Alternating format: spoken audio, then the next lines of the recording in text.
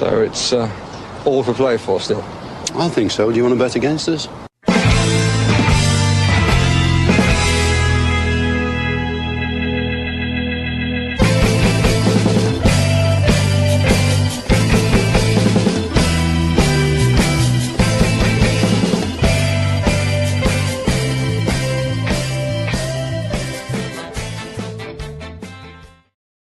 Hello, Aston Villa fans, and welcome to For the Love of Paul McGrath podcast. A podcast I don't really want to do.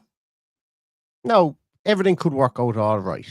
I have to preface this with everything could work out all right. But the reason I don't want to do this podcast is that Villa seem to have found themselves on a sticky wicket with regards to Jacob Ramsey and his contract.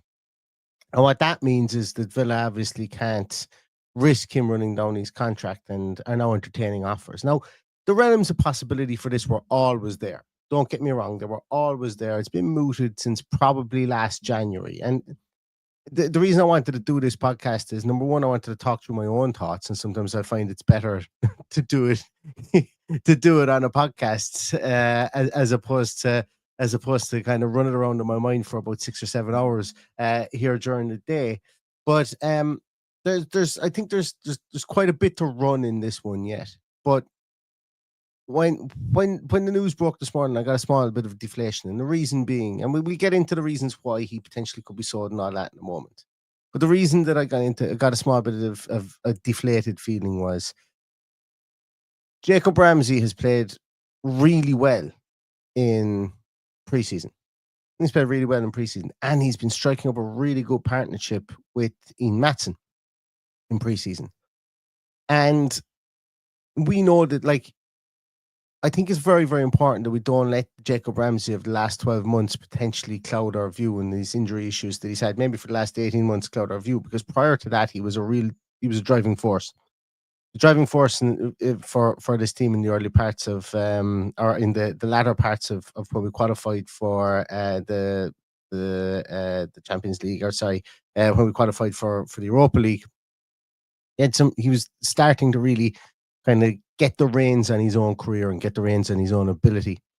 Was name checked pretty recently by Thomas Tuchel as somebody who potentially could force his way into the England team. And the reason for that is that he's a very, very astute, positionally, he's very, very astute at keeping the ball moving, and he can carry the ball.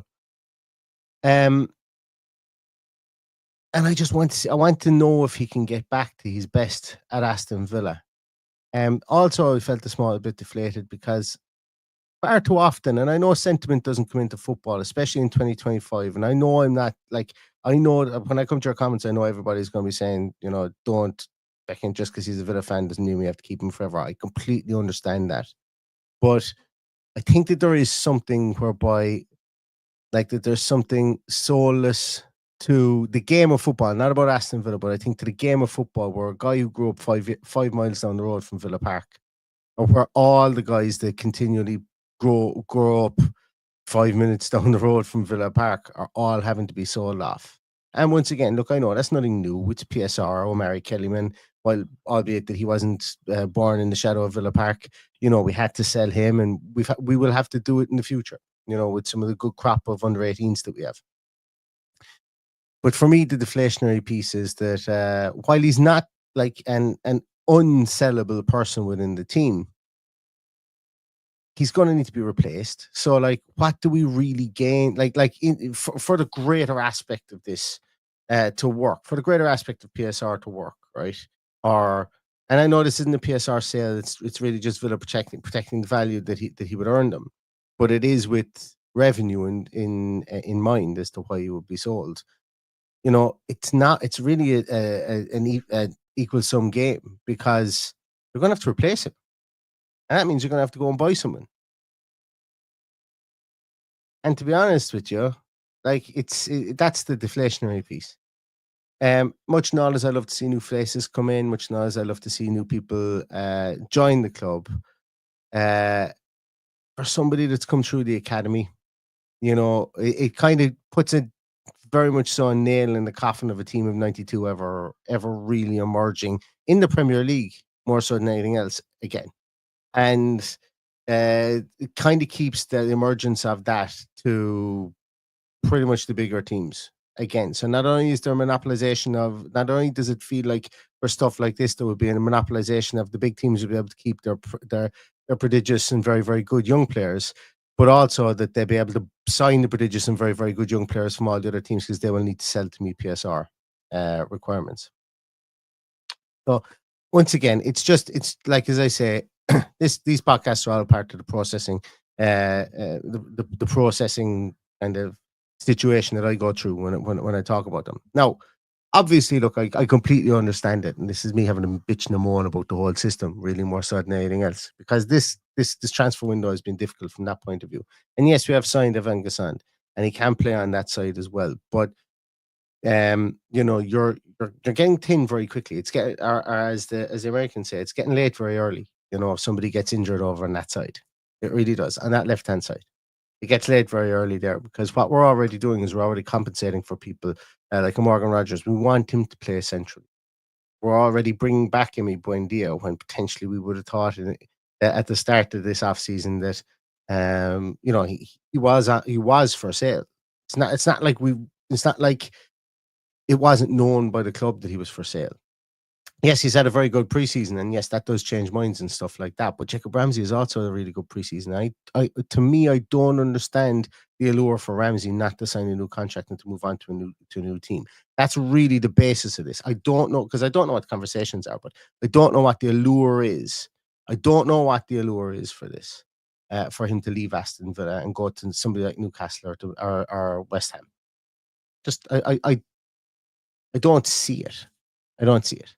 But obviously Champions League football with Newcastle, but for to move to West Ham or to Nottingham Forest are very much sideways steps. Because I think if he performs, he will start as that left side. It's not like he's been buried on a depth chart for Aston Villa. So for me, that's why this one is kind of scratching at my brain a small bit. Because Villa are hamstrung and they have to act probably now with 2 years on his contract.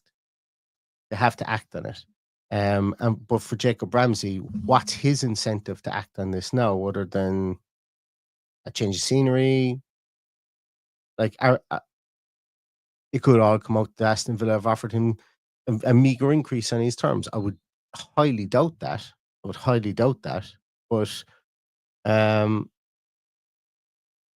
it's as I say, it's a flummoxing one from that point of view. But I know other people have a different opinion, and that's absolutely fine. I don't think there's anything wholly controversial with what I have to say with regards to that. But it's just essentially it would just come down to a difference of opinion with people. But for me, it's while I completely agree, and even in my book, he is sellable. I just find the timing of this on the 12th of August, Tuesday before the league starts, just to be a bit annoying. I suppose more so than anything else, because Newcastle are going to come into money. Alexander Isak is not going to be at Newcastle on the 1st of September. I wouldn't imagine, because they're literally going to cast him off and have him not play football if that's the case, because he said he isn't going playing football for Newcastle anymore. So they've got their own thorn in their side there. But that also means they're going to have 100 and whatever, name your price. It's going to be over 110 million anyway that somebody's going to pay for him. But who pays that? Can Liverpool actually carry him at the moment? I don't know. But it's going to be an interesting situation there. So they will have cash to splash on top of the Saudi money, which we obviously know is tied up in PSR situations like ourselves. So, like from a Jacob Ramsey point of view, it's it begs the question of what's the project he's been sold at Newcastle over the project he's been sold at Aston Villa. For somebody that grew up 5 minutes down the road and is a Villa fan, what is the project he's been sold? And it also kind of brings up memories in the light of Jack Grealish. Jack Grealish was sold the project in Man City. Well, that was obviously a clear project. You could see it was in force. It was only a matter of time before they were going to win the Champions League, essentially. But the project that Villa are selling is a big project. But the project that Newcastle are selling, I'm sure, is a big project as well. But at the moment, they're on the same kind of plateau as each other. Obviously, Newcastle have 2 campaigns in the Champions League, Yeah, so like it's, I don't know. I'm struggling. That's what I'm doing. I'm struggling. With regards to it. Yeah. I'm going to come to some of your comments there in a moment because actually I won't. Let's talk a little small bit about Jacob Ramsey. Let's talk a bit a bit about Jacob Ramsey, because what has he brought to Aston Villa? And I know a lot of people like it's important not that we don't kind of forget this when we're talking about him. Like, he's had 167 games for Aston Villa. He's 106 starts, 34 goals and assists, which is a very decent return for somebody, for somebody who's an academy graduate like that. 34 goals and assists and 106 starts is pretty decent. Like, just doing the maths in it there, you're talking basically 1 in 3. Now, I know that doesn't actually equate exactly, and it's really 167 games. 1 in 5, whereby he affects the game with a goal or an assist. That's pretty good for somebody that you would have that is going to be contributing to Aston Villa this year. And look, last year I think he had 1 goal, 5 assists, so it wasn't exactly his best year, but that was him coming back and nursing an injury and coming back from it. So I would be expecting him to build in those numbers. And we actually had people who made comments previously saying, I expected 10 and 10 season out of Jacob Ramsey, as in 10 goals, 10 assists in all competitions. While I think that's probably a bit high, upping his goal count, I think would definitely be something based on what we've seen in preseason that he could potentially do. So he's been like this, he's been really, really good for us. I think that he has been really, really good for us. Like, what is going to be his value? What's going to be his value for Aston Villa? 2 years left in his contract. I think I saw a comment there earlier on saying sell him for 30 million. I'd be disappointed to sell him for 30 million. I think with 2 years near his contract, you can claim the upper amount in him. Like, if rumors were to be believed, in January, like, they were looking for 42 million for him. And the only reason I come to that is I remember reading that in an Athletic article at the time. And I think that, you have to pay an English tax to get somebody like Jacob Ramsey. I think you do. Because I think if teams walk away from Jacob Ramsey, I think he'll end up signing a new deal. Because I think Villa will push the boat out for him. And I'm not saying, like, I think that everyone is kind of jumping to, because it's been Ornstein reported, and in fairness, Tanswell and Townley have been very upfront on this and saying that this has been going on for 6 months, and there's been no real breakthrough. That's not to say there can't be a breakthrough from a contract point of view. That's not to say this is dead in the water completely, but it's one of the mitigating factors as to why Villa would be entertaining an offer to sell him. But I would say they would only sell him at the right price. I'm not all for just pushing him because he's got a maximum value right now. I'm certainly not all for that, because, like, let's just say you sell him and you bring in a Harvey Elliott. Let's just say you do that. I think from a financial point of view, that's very much a zero-sum game, because you're not really gaining from the value that you're going to sell Jacob Ramsey for. You're just going to need to plump out all that money again and Harvey Elliott. And that's my problem with PSR. And I know you can stretch things out over book value, out over years and amortization and all that, blah, blah, blah, blah, blah. I know the pure profit value in Ramsey and all that. But for me, it becomes a zero-sum game. I just prefer to keep Jacob Ramsey. Rumored are look, if you look at my favorite unreliable site on the whole of the internet, but it's the only one that we have to go off, Capology. If you look at that, it says that Ramsey is on 70 grand a year. Harvey Elliott, I didn't look up Harvey, and I'm only taking Harvey Elliott as he just happened to be the first person that came to my mind. And yes, while he is a fantastic player, like, you're really just supplementing one for the other, and I just prefer to keep Jacob Ramsey, to be really honest. I really would, because I think that he has a massive ceiling on him. Not that Harvey Elliott doesn't, but I just want somebody who we know fits into our team, fits into our squad, and doesn't need to have any kind of a runway to land on with regards to becoming a valuable contributor from the first game of the season. Like, remember, Jacob Ramsey was handed the armband against Walsall, and albeit he was playing for a team of kids essentially, and players that were that weren't on international duty, and it was like a second, third string team. He was given the armband there against Walsall. I think the club think an awful lot of him, and I think the fans think an awful lot of him. And as I said, this is more so just kind of like kind of a processing video to see why. Like, why does it? And I know why. I know the answer why. I know why it always has to be an academy graduate that gets sold for the big bucks to try and essentially get us out of trouble. And this would be sell him now so we don't have troubles next June when we're looking to sign players, or to give us that buffer zone to sign players in January potentially. But I still feel he would need to be replaced now, and that's really what comes next. I suppose is like clear plans are needed here if you get rid of Jacob Ramsey. And again, I this will be the fourth or fifth time I've said this. He's not unsellable, but clear plans are needed here. If and when he is sold, you need to maximize his value. Like there can be no cut price deals with Jacob Ramsey. Like if the only benefit from selling Jacob Ramsey is pure profit. So if you're selling somebody for 30 million pure profit when potentially you could get 40 million for him, you've done yourself a disservice. There is no point in that, in my view. He needs to have maximum. They need to maximize his value, and that's very, very obvious. I know that's stating the very obvious. I completely understand, but like with the fact that you will have to replace him, because that's where when I say the clear plans are needed here, like you will have to replace him. There isn't anybody in the squad really, and I know everyone might be. I haven't looked at the comments yet, but I know I've signed Gassand and everyone's there. But you just play Gassand in there. Gassand will probably be starting there in no time. You're going to need to replace the person on the bench that's going to be able to come in and give you what Jacob Ramsey will give you, or the steady Eddie ability that we know we have from a Jacob Ramsey, whereby if Gassand doesn't hit the ground running from that left hand side, and remember, predominantly he's played from the right hand side or played up top. So if you're going to have to get somebody in that left hand side. So again, the pure profit is diminished once more, and I just like to hold on to him because I think he's a bloody great fit for Aston Villa. So clear plans are needed. Like, do they pivot and do they go towards someone like Alexis Salamaker? Like, is that where this rumor has come from?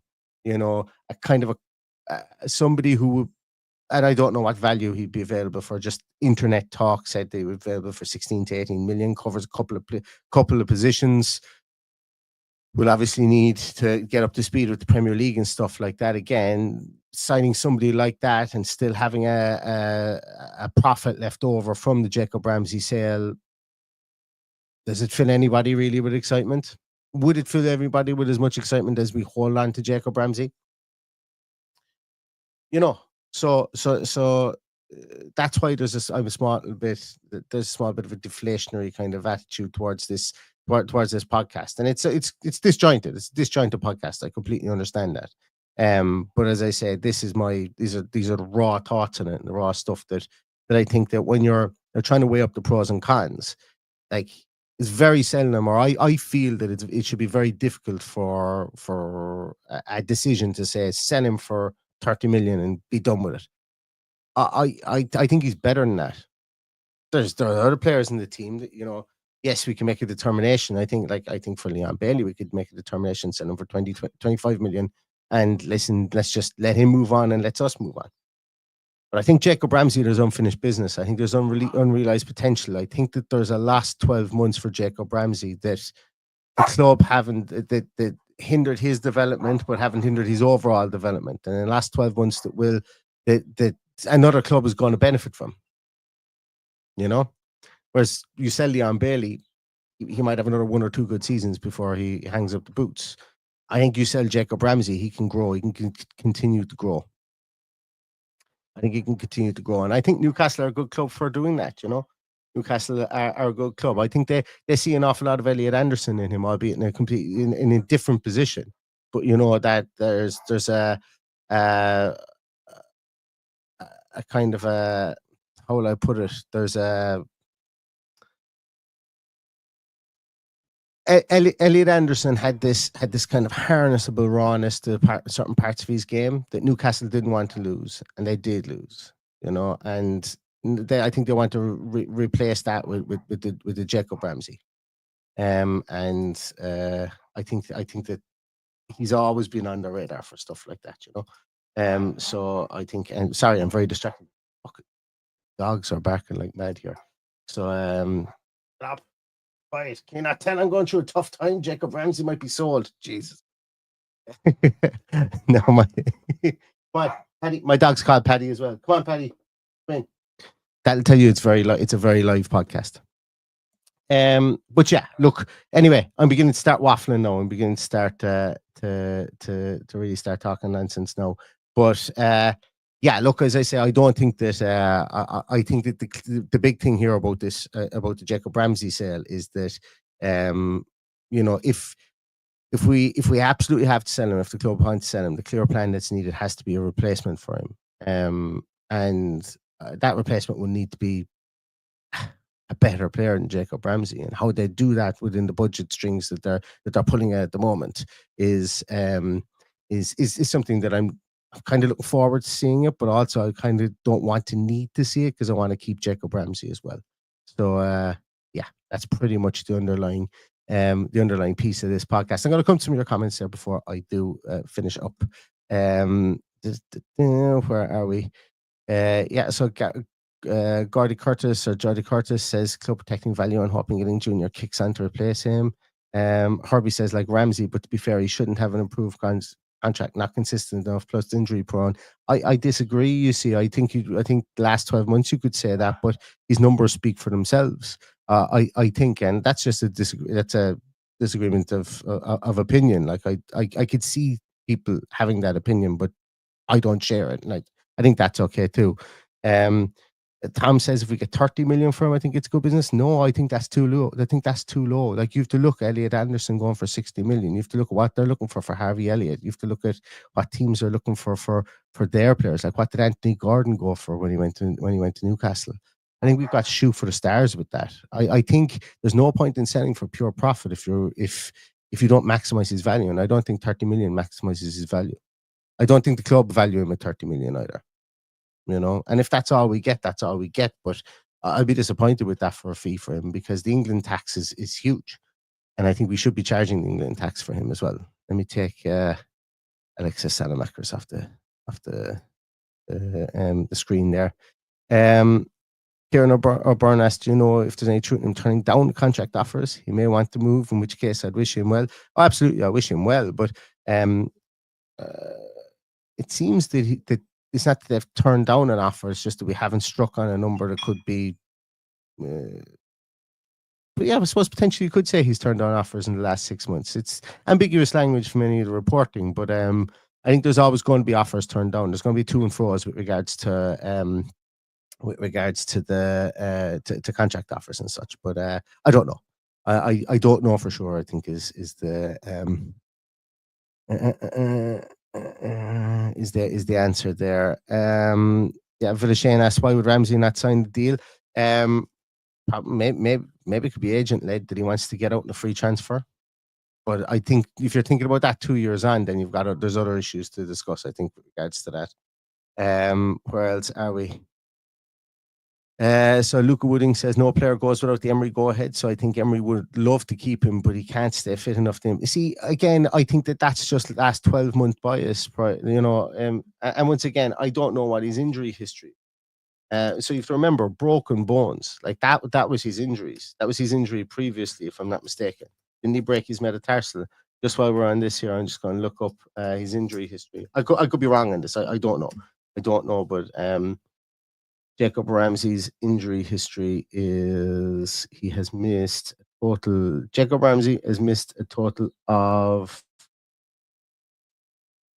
36, 40. Yeah, so he missed 270 days in 2023, 2024. With 4 different injuries, all coming from metatarsal fracture in 2023-24, further metatarsal fracture, hamstring injury where he missed two games. Then he broke his toe again, which is the metatarsal issue. So basically, he did his metatarsal 3 times in 2023, 2024, it seems, and that's what's really derailed him. Outside of the metatarsal injuries, he had a hamstring injury in 2022-23 where he missed 4 games, and he had a hamstring injury in the year just gone, 24-25, where he missed 9 games. He was out for 36 days. So, like, the majority of his injuries have been down to a broken toe that didn't heal, that happened on England duty. Now, that's still time that he has missed, but that's the majority of his time out, I think. So it's yeah. Look, I can completely see why people say that he can't stay fit from that point of view. But majority of it seems here are down to like 81 days last to a metatarsal fracture, 120 days last to another toe injury, which it says here, which is the metatarsal fracture, the second one. And then he had a foot injury as well then for 52 days, which was the as a result of the metatarsal fracture that happened on England duty with England under 21s. Yeah, so there's a lot of days missed there from that broken foot, broken toe situation, which is grand. Yeah, a couple of people saying here, Harvey Elliott or McAtee. Yeah, and like again, I didn't know that you guys had put in Harvey Elliott here. I just picked him off the top of my head. Like, very good player, but you're not gaining anything by it. For me, I think there would have to be a specific gain in this for Aston Villa. But I think the question that needs to be asked is like, what does Harvey Elliott, what